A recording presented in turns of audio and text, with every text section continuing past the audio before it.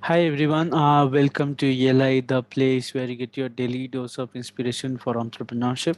And today we have with us Mr. Sahil Mehta, who is the founder of Emmbros Overseas Lifestyle and creator of multiple brands such as Manhattan, Muscle, XP, Saint Botanica, Oriental Botanics, and Norris Vitals. Hi Sahil, welcome to ELI. Hi Priya, how are you? Yeah, I'm doing good. How about you? good, excellent. I would request you to introduce yourself to our audience, please. Okay, I'm Sahil Mehta, founder Emmbros Overseas Lifestyle Private Limited, and as you said, I have founded all these brands in the lifestyle and the FMCG category: Saint Botanica, Oriental Botanics, Muscle XP, Manhattan, Norris Vitals, and Mom and World. And after doing my BTech in electronics, I went to Australia, Sydney for my MBA in International Marketing and Business. And I have been into e-commerce and online space since 2005. So I have started with blogging, online selling, right from the initial stages, and then eventually starting brands one by one. And all these brands have been bootstrapped and without any funding, without any kind of any huge investments, or not even just with the minimal investment. I have started my career and risen all these brands from zero to this stage. Okay. Tell us a bit about Emmbros Overseas Lifestyle. How do you define this venture? So Ambrose lifestyle is all about like previously it also had a beauty segment, but currently we are focused now on the FMCG part as well as the men's grooming segment and mom and world. So basically now we have three brands, particularly broadly, if we would say that is Manhattan. Manhattan is all about men's lifestyle, men's grooming, and everything that comes under the lifestyle, which is lacking in the Indian segment. We are trying to tap that market. Muscle XP is all about fitness, bodybuilding, home gym, accessories, and we have also clubbed Nourish Vitals with Muscle XP. That is your plant-based products, plant-based आपके multivitamins, powders, juices, edible oils, seeds, fruits, mixes, granola bars, so many things. And then is mom and world. Mom and world is not about beauty, it is about pregnancy, parenting, your feminine hygiene, and baby care and kids care. So these are broadly three broader section of the brands which we are focusing on now. Can you tell us what is the problem statement that you are solving through your venture? See, so I'll talk about all the products and the basic criteria which we follow. See, customers basically need good products, good quality products which are meaningful to them, result oriented, and suit their lifestyle and needs. So currently, many of the brands they are not focusing upon these elements. What they focus upon is, okay, this is the basic product, and they focus on the pricing element. What we do is opposite. First, the product should be done that has all the necessities the consumer wants, where irrespective of the price, what the actual product comes out to be. Then we see what the pricing fits brackets into. Because अगर product premium ही बन रहा है तो we have to fit into the premium segment. अगर product can be made affordable, we'll have to make it to the affordable segment. So this is the basic practice which we follow. Like I'll give you an example. We started with face serums. We started with face serums in India, and the vitamin C serums and retinol serums have been launched by us. And when we started, the products were expensive, and because, as I said, we first see what the formula has to be. It has to be result oriented. It has to be the best of the ingredients, and the pricing got shoot up. Pricing went up to 1,500 rupees for the selling price, and we were one of the first brand to start with. And luckily, that product got hit. That became one of the hero products of a brand. So we never constrain prices to compromise on the product. Okay. Can you tell us why have you picked this segment of lifestyle product? As you said, about a face serum. Why did you pick that product to start a business model? See, we always look for the opportunities. Like we are in the beauty space, we are in the health space. We always see what are the opportunities that are lacking in the Indian segment. What are the consumer demands? What are they expecting, and what kind of products they are buying from overseas? Because people buy certain things from overseas market when it is lacking in the Indian market, or if they believe the Indian quality is not up to that standard. Those kind of research are done by us, and then we evaluate the opportunities, whether the product is existing in the market or it is not there, it is a new opportunity. We have to see that according to the requirement the consumers are facing. Okay. Can you tell us the scale of operation for your various products in terms of the number of customers using it or number of units that are being sold on a month-to-month basis? So we have been selling thousands of products on daily basis. We have been one of the leaders on the Amazon platform, on Nika platform, on Flipkart platform, and Myntra and all. So thousands of products have been already shipped through various warehouse models. We have around close to 30 warehouses across India, serving to nearest location of the customers. So we always try to believe that consumers should get the deliveries very as fast as possible, maybe the same day or the next day. So we have been growing commendably, and we have been raising our operations. And now, after getting the funds, after selling, we have sold two of the brands in Botanica and Oriental Botanics. So now, after getting the funds, we are now heavily investing on other brands. So we are expanding into more of the supply chain operations to scale these brands quickly. Acquiring initial set of customers for any D2C brand is challenging. Till the time you have not made a brand which is visible to customer, it is a little difficult to get that Mm. awareness. So can you tell us how did you sell the product initially, or how did you acquire the initial set of customers? So we basically believe that instead of selling the products initially through our website, we started a journey with marketplaces. We found that it is easier to sell on marketplaces and make more profit. As we were bootstrapped, the funds were crucial for us. That profit, we should be having more profit instead of burning the funds in marketing. So we started building nice products and rose the scale organically by word of mouth and through organic method by spending less on the marketing.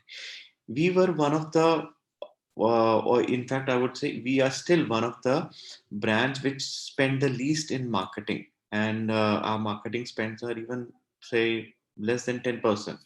So there are brands who are spending up to 50% or 100% of their revenues in marketing just to scale up. So we always try to build products which can be scaled through word of mouth, popularity, organic growth, and so Amazon platforms and all these marketplaces have been good platforms for us where we have been able to scale our brands, company, and get more revenues out of less of the marketing, less of efforts.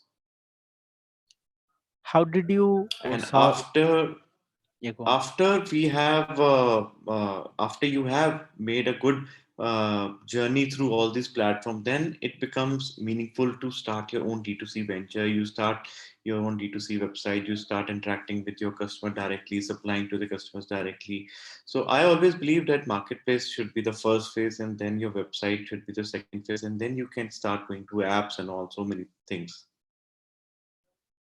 How did you go about manufacturing of the product? Where did you manufacture, and what were the challenges that you faced initially? So we have third-party tie-ups across India with all the manufacturers, and starting with all these partners was very, very challenging because what we believe is that what my belief is that I have to tie up with only the top-end manufacturer only. I don't go with any small manufacturer.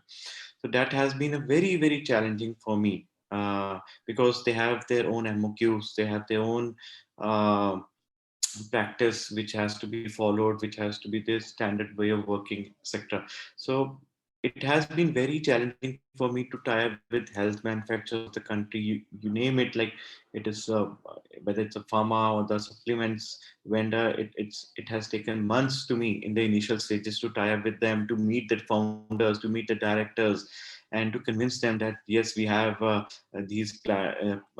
platform, we are doing good on this platform, we can scale this brand, we have good ideas to work upon, and basis on that we convinced them. We started with a medium set of MOQs, we worked on the pricing part where we were comfortable with each other.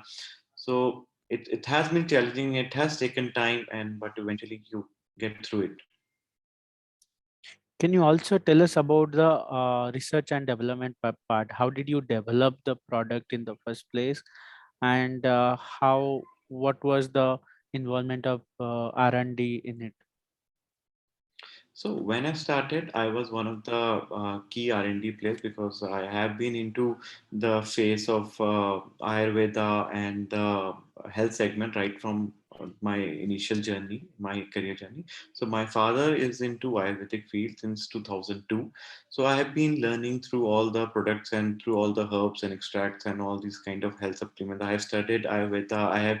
I even started my journey through an Ayurvedic web portal, which became one of the finest web portals uh, at that time on the Ayurveda platform. So I have studied all these kind of remedies possible. So initially I had all these kind of ideas which I wanted to launch, and then I started adding more and more R&D people for the beauty sector, for the health sector, nutraceutical experts, dietitian experts. So all these people help me along with the R&D experts of manufacturers, because it always have to be correlation between each other. How did you manage the funds for supporting the operation initially till the time you achieved break even? How did you fund your operations?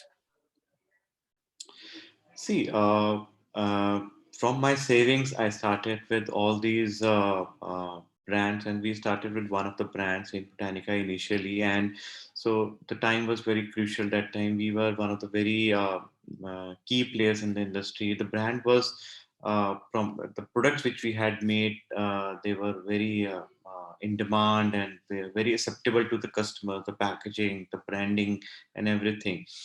And with the pricing was set so that we get good margins where we can utilize those margins to scale up further.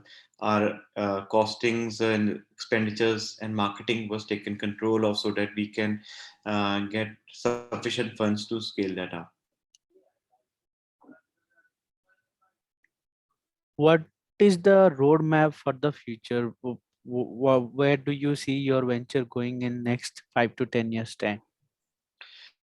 So this is now a new journey for me, new phase for me. I have sold the two brands, and now I have ample of funds. And now this is the next level of journey for me, where I am drawn a roadmap for a very next big steps of taking the brands to very high level.